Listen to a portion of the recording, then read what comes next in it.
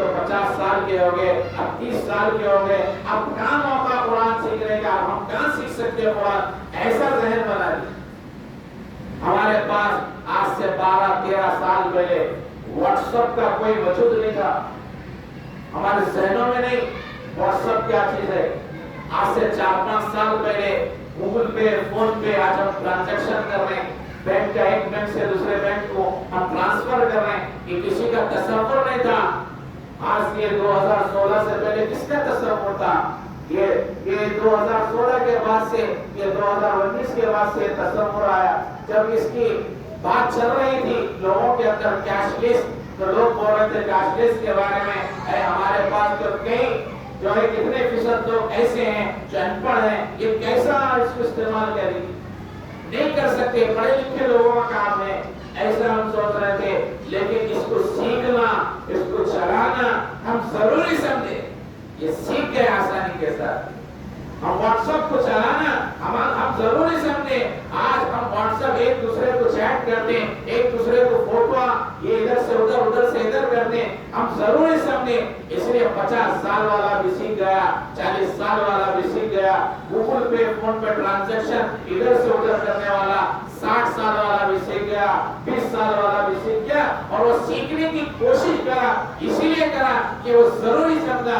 آج ہم قرآن کو پڑھنا ضروری نہیں سمجھ رہے ہیں، اس لیے ہم نہیں سیکھ رہے۔ ہم 20 سال پہلے جیسا پڑھتے تھے قرآن، آج 40 سال کے بھی ہو گئے تو وہی انداز میں ہم قرآن پڑھتے۔ قرآن کا پڑھنے کا ہمارا مخارج صحیح نہیں، ہم سورہ فاتحہ صحیح نہیں پڑھ سکتے۔ ہم کو نماز کے اندر یہ صورتیں پڑھنا ضروری ہے، جو نماز میں پڑھ سکتے صورتیں، جو نماز میں پڑھنے کی صورتیں ہیں وہ تو کم سے کم پڑھنے کی کوشش کریں۔ قرآن کو ہم پڑھنے والے بنے تو اللہ تبارک و تعالیٰ سے ملاقات بھی حضرت حضور صلی اللہ علیہ وسلم تو مختصر سرسری انداز میں آپ کے سامنے رکھا ہوا۔ جب ملاقات ہوئی، ملاقات پہلے تو حضور صلی اللہ علیہ وسلم کو ستایا جا رہا تھا، پریشان کیا جا رہا تھا۔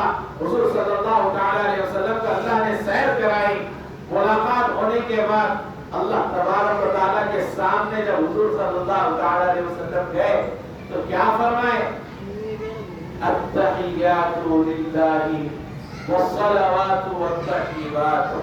ہم نماز کے اندر پڑھتے ہیں، ہم اس کا ترجمہ بھی معلوم کریں، ہم نماز میں جو پڑھتے ہیں کم سے کم اس کو معلوم کریں کہ اللہ تبارک و تعالیٰ کو حضور صلی اللہ علیہ وسلم فرما رہے ہیں میری تمام زبانی عبادتیں، میری تمام بدنی عبادتیں، میری تمام مالی عبادتیں اے اللہ تیرے لیے ہے، اے اللہ تیرے لیے ہے۔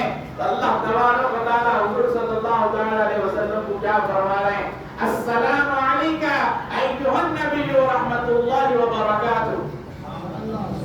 اے نبی آپ پر سلامتی ہو، اے نبی آپ پر رحمتیں ہو، اے نبی آپ پر برکتیں ہو۔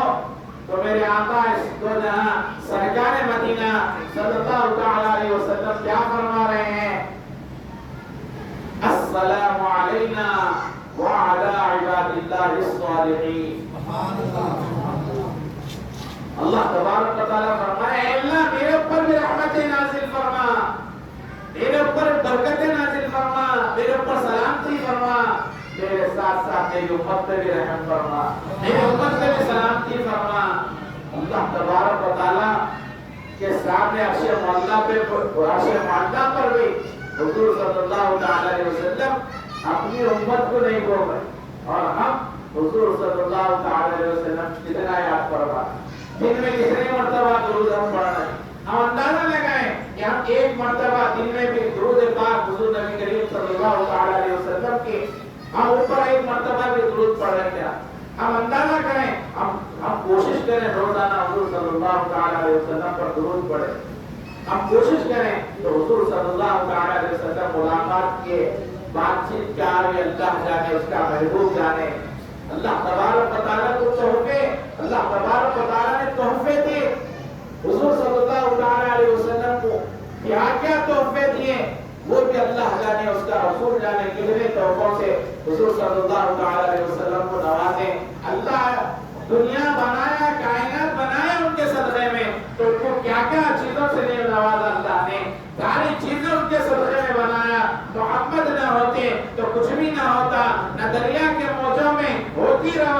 نہ ہوتا سمندر، نہ بہتا ہو پانی، محمد نہ ہوتے تو کچھ بھی نہ ہوتا، نہ صدیق ہوتے، نہ ہوتی سخاوت، نہ فاروق ہوتے، نہ ہوتی عدالت، نہ عثمان ہوتے، نہ ہوتی سخاوت، نہ حیدر ہوتے، نہ ہوتی ولایت، محمد نہ ہوتے تو کچھ بھی نہ ہوتا۔ تمام کی تمام چیزیں اللہ تبارک و تعالیٰ نے میرے اور آپ کے آقا دو جہاں سرکار مدینہ صلی اللہ تعالیٰ علیہ وسلم کے صدقے میں بنایا، تو اللہ تبارک و تعالیٰ نے ایک ایک کتنے چیزوں سے نوازا ہوگا اندازہ بھی لگا اس دن۔